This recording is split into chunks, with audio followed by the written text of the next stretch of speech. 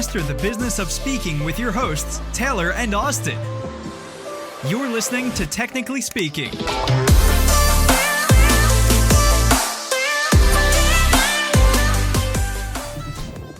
Welcome to another episode of Technically Speaking. We are so excited for today's guest, Dr. Tharaka, a.k.a. Dr. T. Now, Dr. T has been a longtime friend of ours. We've had many conversations.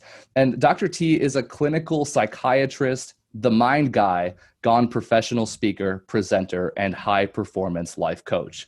With his unique background, he brings his understanding of how people think, make decisions, and take actions to the business world. He helps leaders better understand and navigate their own mind, the mind of their people and their clients in order to inform strategic behavioral change that drives greater progress. He speaks to wealth, health, and tech audiences on emotional intelligence, client cognitive biases, and memory training in order to help them improve their personal effectiveness, interpersonal trust and sales skills, leadership, innovation, focus, and concentration. He's also a 3-time TEDx speaker and has recently been featured on a brand new TV show soon to air in the UK. He believes that when you manage the mind, you can manage your bottom line. Dr. T, it is so good to have you on the show. Welcome. Oh, Taylor, it's so good to be with you. It's so great to be with my friends that are Speaker Flow. It's so good. Thank you. Yeah, definitely. So we always like to kick off these episodes with a very simple question. How did you get into the crazy world of speaking? What led you down this path? And, how did you get here? Taylor, it was kind of by accident, if I'm honest. I remember 2016. It's January. I'm sitting in my office cubicle at work, and I'm just raking through some of the global emails that are going around, and there I see an invite for a TEDx conference. And I don't know, do you ever see things and you think, oh, that's for me? That was the feeling I had, and I felt very inspired by it. I applied. I had to compete to get in. I got a spot. They awarded me the closing spot at the conference, and so I did that. But as you know, TEDx talks go on YouTube, and once it was out, businesses and organizations started to get in touch, and they said, hey, Tharaka, can you come share your perspective with us? Because we really think it's going to help us, or it's going to help our team when it comes to shifting the way we think so we can change the way we make decisions, take actions, get results. And from that organic place, the Dr. T gig was born. Wow. So the best things happen, really, is just by accident. Every time we ask, it's funny. Every time we ask that question, almost, I think 95% of the time is like, yeah, I just stumbled into it and it kind of just happened. Yeah, for sure. That's how it kind of rolled out. I didn't for a minute think, oh, I'm going to go into business. I kind of just pursued something that I was passionate about when the opportunity showed up. And truth be told, for all of 2016, I was just speaking for free at business breakfasts, at networking events, at conferences. And actually I was learning and I was growing and I was fighting battles in secret, in inverted commas. It's all the struggles that you have behind the scenes that you don't see on stage. But I was learning. And then in 2017, a friend of mine said, I would really like you to come speak to my clients, but we must reward you, he said.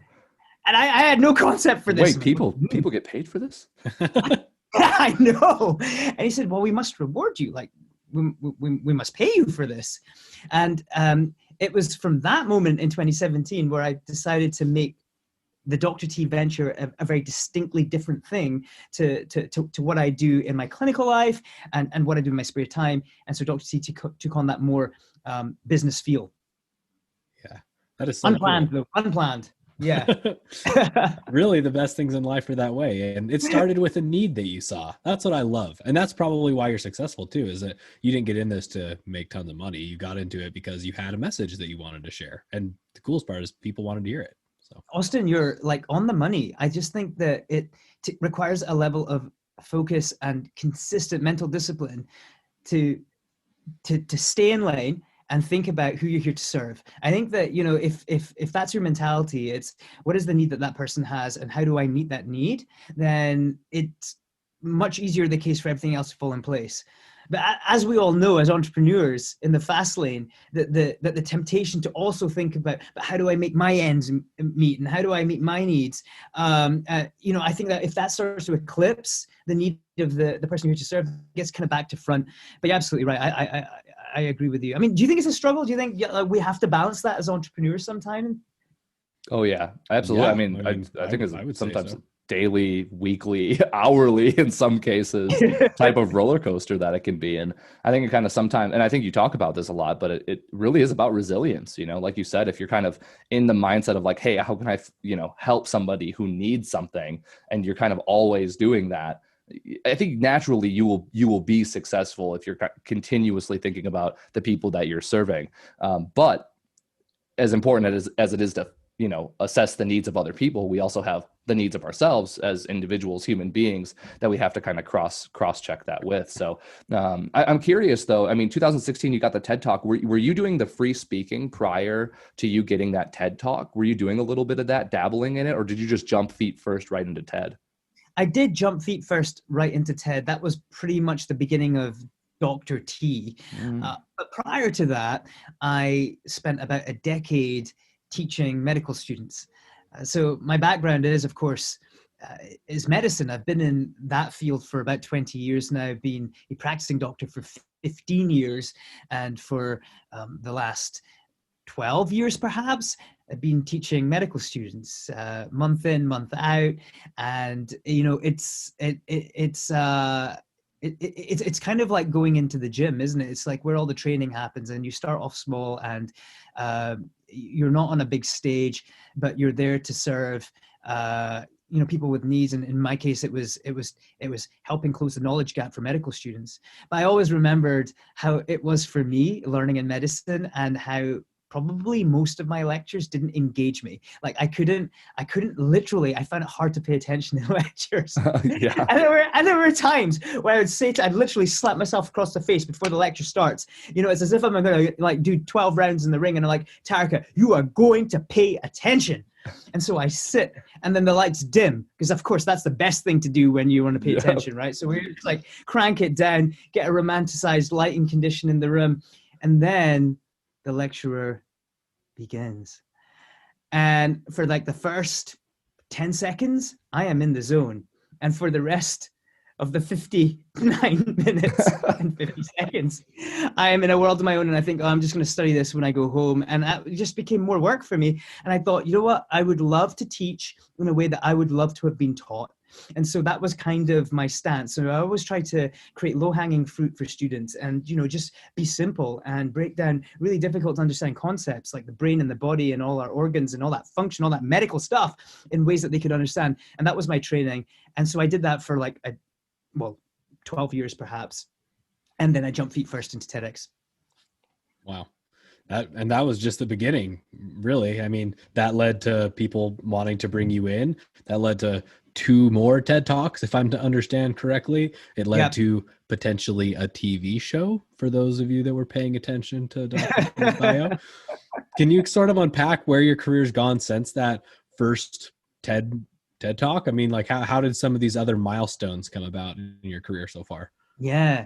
So February 2016, TED Talk number 1. The following year, another TED Talk.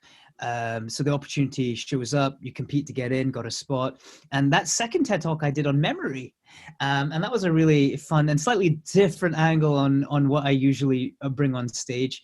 But a really wonderful talk for listeners, because, I run them through a memory exercise in the talk, and they end up surprising themselves with how much they can remember, which is just a wonderful metaphor about your potential being greater than you think. Anyway, a year goes by, third TED Talk pops up, in a very similar way. This is 2019 now? Yes. On the time frame? 2018. 18. Got it. Right. Okay. Enough. 2018. So in 2018, we do the third TED Talk, and I wanted to do something different. So I went for a 4-minute talk. Those like short, like pocket-sized TEDx talks. I really tried to craft an idea and distill it down into like as little as I possibly could say, but create maximum impact. And that was on trust.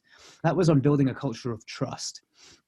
And so those were the big 3 sort of TEDx milestones. And in between, I was doing other conferences, and those were slowly growing in size and stature in terms of the types of events that I was speaking at. But, truth be told, Austin, they were mainly local in Aberdeen, Scotland, where I live, with one or two down in London. And those were big pieces of work as well. And I think, when you're new to the table and you're trying to find your way around, each event in some way kind of validates its feedback. It validates how you're serving people, and you learn from that. And hey, this is what I should keep going. This is what I should change. This is what I should drop. This is what I should start. So I'm doing that as I go along. And then, yeah, as you just touched on, the TV show, very, very, very blessed to have landed a role in a reality TV show that should air in the UK. Perhaps the beginning of next year, sometime next year is what I'm led to believe might be the case. That is awesome. Yeah. I like it. Yeah, it's cool that you've had these big milestones in your career. That's like, you can see yourself continually progressing from that very first time that you got on stage outside of the trainings that you had done. And you're a gifted speaker, so it doesn't surprise me that that's gone well for you. But I'm curious, and this sort of lends into a conversation we were having a minute ago, and the ups and the downs of the entrepreneurial experience, right? You've had these cool milestones like the TED Talks. That's a great way to say that people care about what I'm hearing, or people care about hearing what I have to say, rather. As I think we've mentioned in previous episodes, and I think right? Like, anything that happens in life that's meaningful isn't this direct path from where you are now to where you want to be, right? And although we have these highlights like the TED Talks or getting on a TV show or whatever else it may be, right? Like, it seems that most of the entrepreneurial experience is about making the little decisions on the day-to-day that sometimes are not super fun or easy to make, that lead to you hitting those future milestones, right? Like, for example, somebody wants to become a speaker, right? The first thing isn't, okay, who can I go speak to? Like, what stage am I going to go get on? It's usually like, well, what do I want to speak on? Like, that's the first question that you have to ask, you have to answer, right? And for a lot of people that want to go on this journey, that's where they drop off. Like, we're already losing people at just that first step of like trying to decide what you want to actually speak about. And then you've got to make the decision of, okay, who am I going to talk to? And a lot of people drop off at that point too. So, I mean, as you've gone and you've overcome these small hurdles along your way, do you find that that's really like the part of the business that you enjoy, I guess you would say, is the little decisions that you have to make to get to where you want to go? Or do you feel like you feed off of those highlights where like you get to the TED Talk and that makes it worth, churning through the muck over the next few months to get to the next thing? Does that make sense? That was a long drawn out question. But you know what? Yeah, we do feed off the highlights. And man, honestly, if you had highlights every single day, then you could just feed off them completely. That hasn't been my experience. I don't think that's probably most people's experience. We're just speaking about we're speaking about those like really wonderful positives, and we should, and that's good for us. But then you're absolutely right. There's struggles in between. There's the quiet moments, the slow moments, the, oh my goodness, did I just go 10 steps back? And then there's the moments where you think, or I think, oh, why did I even get into this in the first place? How am I going to make it through the week? You're like, how am I even going to get out of bed this morning? Like, we have those moments. And, it's really, I'm super fascinated about cognitive biases and some of the automatic thinking patterns our brain has. One of them is called the loss aversion effect, or loss aversion bias, which in its simplest form just means that we hate losing more than we like winning. And so, winning is great, but if we lost in the same measure that we had just won, we hate it in way bigger measure than we won. It's just, it's nonlinear. It's a nonlinear relationship because we're emotional beings. And so when we have those like negative moments, our minds hook on them. Like, say if you're a high performer in school and then you get a grade A, and then another test, you get a grade A, and then you get another grade A, and then you get a B plus, and then you get an A, and an A, and an A. Where's your mind going? That your B mind plus. is like, right? No way. Can't believe this happened. It's like, oh, it's a B plus. I absolutely suck. I'm terrible. I'm a failure. That kid in the playground that told me I was a waste of space is absolutely right. See, this is confirmation that I shouldn't even be on this planet. And our mind has a very interesting propensity to look out for danger and trouble and where things are going wrong. But just simply by knowing that we lose balance naturally just helps regain that sense of balance. And so, for entrepreneurs, I think that a resilient mindset is really important because it is roller coaster. There's highs and there's lows, and lows really hurt. But if you're also able to zoom out, it's a bit like the stock market, isn't it? It's rather than just looking at the granular changes that are happening moment to moment. If we zoom out and look at the big picture, then we're able to reframe the situation slightly differently. But yes, of course, you're absolutely right, Austin. The victories are really good food for the mind, and at the same time, we have to be able to find joy in the journey, not just in the results. For sure. I like that. And just to wrap this up before we move on to this next topic, like, you're a resilience expert. So if you were speaking to a speaker who was going through that right now and was having a hard time finding that motivation, what advice would you give them? I think that there's a real place for being aware of your value system. When you understand as a speaker what your non-negotiable core values are, where you understand that which you stand for. Maybe it is innovation, maybe it's creativity, maybe it's relationship, maybe it's the spreading of joy.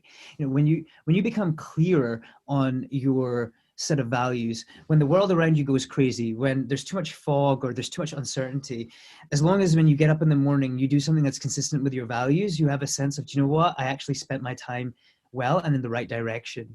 And interestingly, biologically speaking, there's something different that goes on in the brain when we are connected to our sense of values.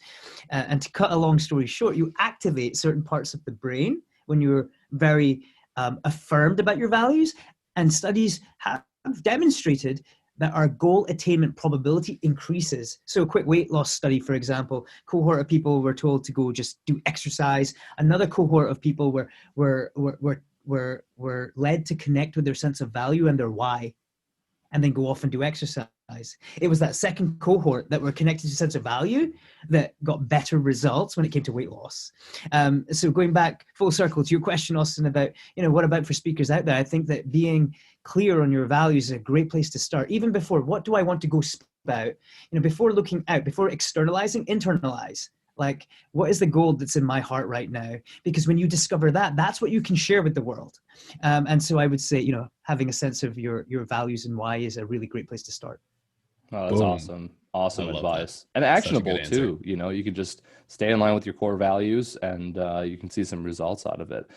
I'm curious, with resiliency as a topic, I find for myself at least that for me, I don't know that there's a way that I can once and for all solve that doubt that could come up when you lose occasionally. Like, for example, like if you just lose a big deal or you made a mistake, like that still can impact me negatively. But I find like with proper exercise, like some of the ones you're outlining, that I might be able to rebound more quickly into a more positive mindset.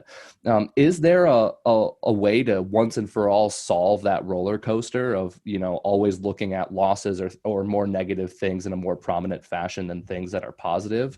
Or is it an iterative process and we just get better at handling it?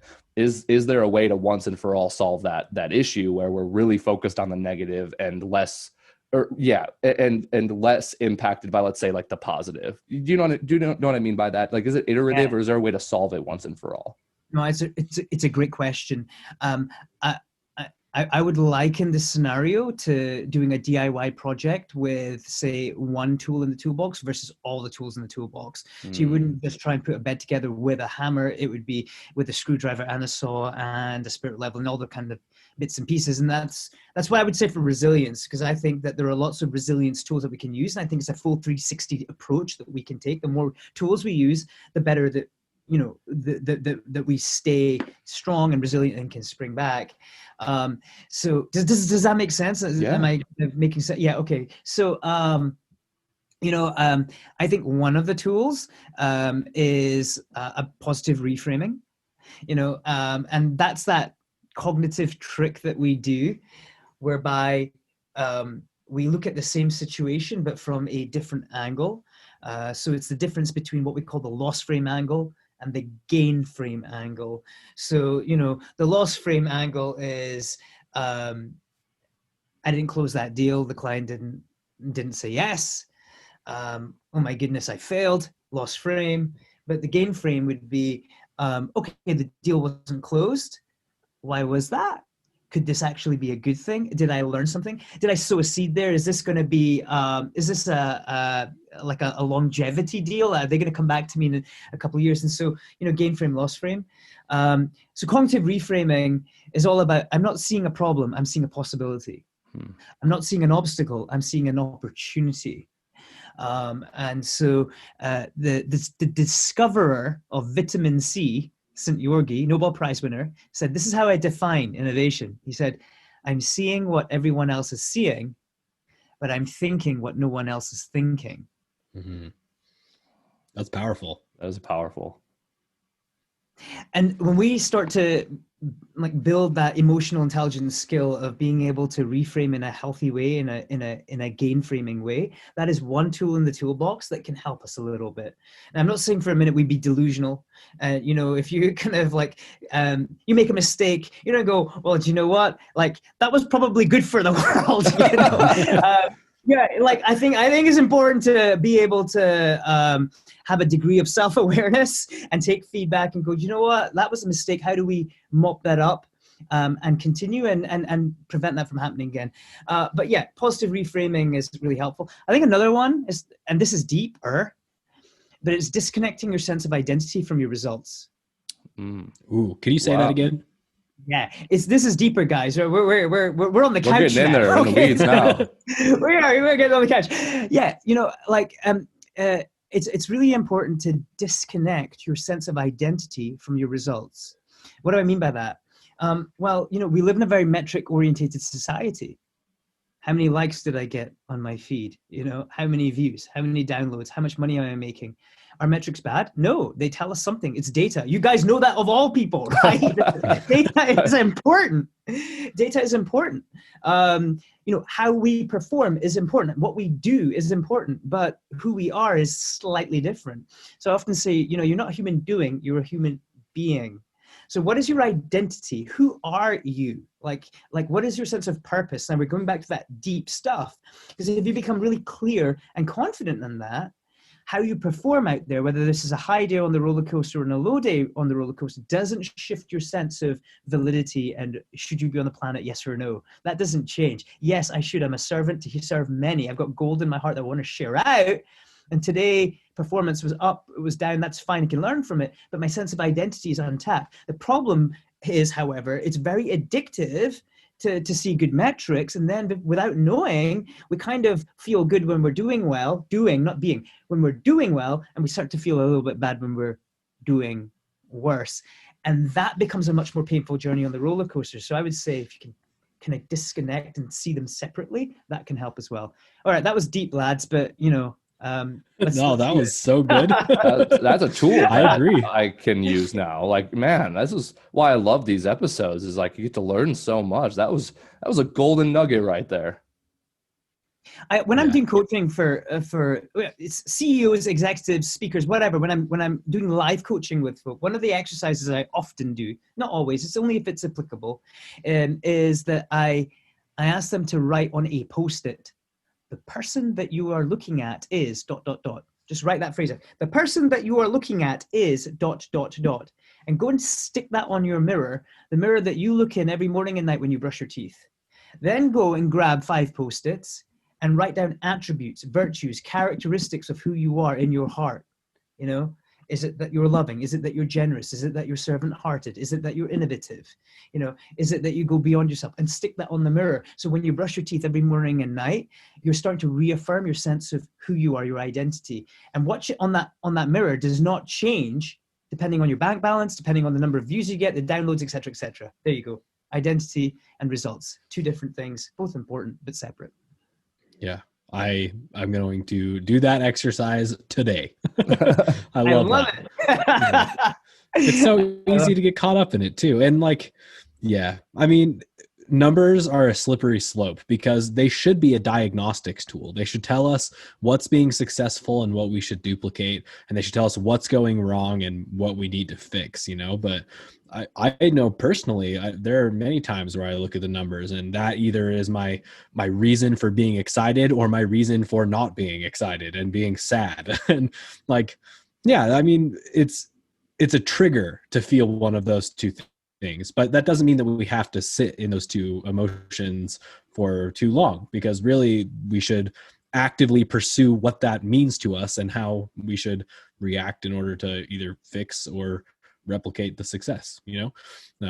So it's just something, it's like a mental exercise that you have to constantly train yourself to do. And I know I can be way better at that. I'm in my monkey brain probably more often than I should be, when I should probably be in my executive brain, because that's where the good decisions are made. So anyways, yeah, Makes sense. I like Makes that. sense.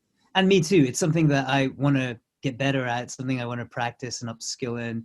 But I kind of liken it to a bit of like a laser field that I have around my mind to literally protect my mind from thinking things that aren't necessarily fruitful for me or are going to build me up, but kind of like deflate me. So yeah, I'm with you on that. Something to practice. Definitely. We've been talking about this roller coaster and all the resiliency and the tools that we need, and, the journey that you've been on specifically from 2016 and until now. And, I heard you talk about the different topics that you had for TED and, landing those gigs and, what you talk on now. Did you know, like, the moment that you started speaking, like, that was like, you knew exactly what your lane was, what your expertise was, who to serve, how to serve them, or was that too an iterative process for you? It was an iterative process. Truth be told, before I landed my consultant job as a psychiatrist, I really wanted to go into traditional ministry, church ministry, and become a pastor. That's really kind of like where my alignment was. And through a turn of events, I landed up in the professional arena as my my vocation as a doctor full time. But the why in my heart, my values didn't change. So I still wanted to serve other people in their life, in their situation, where they were at. And so in a sense, I could still do the serving people thing in the professional realm, a little bit akin to how I would do that in a traditional ministry setup. And so my big message that I carried within me was that, could we shift the way we think to experience bigger and better things in our life? Could we break the ceiling of rate limiting beliefs and step into a better version of ourselves? So that's kind of like the lesson that I went through myself for a number of years before I started speaking. And so that was the furnace in my heart that kind of fueled the messages. So that came out through the lens of shifting your mindset. That came through the lens of coaching to kind of like unlock your potential, to go from great to a whole lot greater. It also brought the ethos of bringing people together, which was great for team. It was great for leaders who could bring people together and cohesion and being on the same page. And now we're talking about vision and direction and momentum, which works really, really well for organizations. So I think the DNA was all about serving and growth, going from strength to strength, upping your game. And then I kind of took that through the topics that I'd learned as a psychiatrist. Wow. And to bring it all full circle, it all has to do with those core values, and then from there you try and just get more and more aligned with them as you continue to experiment. Totally. And you're right. It is iterative. I think for perfectionists, and I have battled with that. Iteration or messy action sounds like a really scary thing. You just want it to be perfect. You want it to be right. And then you kind of get analysis paralysis and you don't take action. But isn't it true that in entrepreneurship, messy action is the order of the day? Yeah. It's one of my biggest struggles, honestly. I mean, growing up, I was a thoroughbred perfectionist, all perfectionist. And it wasn't until I learned actually through my adventures in science that everything needs to be iterative. But even then you have to cross check that, right? Like sometimes I'm working on something in speaker flow and I want it to be absolutely perfect. I'm like, no, it's okay. It's good where it's at. We can collect some data, learn from it, understand it's good, and then make it better as a result of it. So, I mean, personally speaking, I can relate to the perfectionism and how that can lead to paralysis and analysis, and then what it takes to learn how to get out of that thought process so you can iterate on it. How did you turn the corner, Taylor? Not everyone's been able to like break that Oh trend. man, turn the corner. I think that's a strong phrase. I mean, I think I give myself some credit, like but it's course correct. Like it's not that I've mastered this at all. It's just that when I know that I'm trying to be a perfectionist, I recognize it, I honor it, I acknowledge it, and then I try and fix it because I know, like in that mindset, I'm not being my best performer, basically. And also just from experience. I mean, I think the first time that I was let's say I was doing a project or something, it needed to be absolutely perfect. And then, it took me a while to get out of that mindset, be like, no, it doesn't. Now it's just a quicker process of getting out of that mindset. It's not like it goes away entirely. It's just, that it's quicker for me to recognize it, acknowledge it, and then move past it. But I think it was iteration. It was trying it once and then being like, wow, this didn't kill me by it not being perfect, whatever that it was, or like, oh, wow, by it not being perfect, it's actually better than I ever envisioned it in the first place, that I took this path of iteration rather than trying to perfect it the first time around. And then you get validated that, messy actions lead to better results. And then over time, you can correlate that success to the initial starting point of that messy action. So it's very much iterative, and it's validation from previous experiences, I think. But that first time having to get out of the perfectionist mindset, wasn't entirely easy. Okay. Oh, what you're saying, I can really resonate with, Taylor. I think it applies to lots of speakers, because if you think about it, part of a speaker's role is to appear perfect on stage. Unconsciously, like what you have to deliver has to be quote unquote perfect. But the truth of the matter is that you can't get there without taking messy action. And I think that's one of the paradoxical struggles for a speaker, and it can be really exhausting. I know for myself it was really exhausting, and for us speakers, I don't know if we talk about it enough, but we'll go deliver on stage and everyone thinks, wow, that was great. But you forgot that one line that you had rehearsed, or you'd mixed up a couple of your sections back to front. No one else in the room knew. 5,000 people in the room did not know, but you knew. And you go home and you're literally kicking yourself, like literally shouting at yourself in the shower, going, you're such an idiot. Why did you do that? All that kind of stuff. And this is one of those like secret struggles that perfectionists have. But I resonate with what you were saying. Like you come to a point of going, do you know what, this isn't sustainable, or is there an easier way? And interestingly, perfectionism isn't really the pursuit of perfection. It's actually often driven by the fear of imperfection. That's often the root of a perfectionist. Is actually, when I was a kid, I wasn't trained what good enough was. And that can come from critical parents or critical systems, getting you into trouble. And then you have no sense of what's a small mistake, what's a big mistake. Every mistake's bad, it's awful. And so actually, perfect is the only safe place I know, and I'll try and strive to that, but it's exhausting. You can't live like that as a speaker. So, messy action. I love what you're saying there, Taylor. It makes a lot of sense.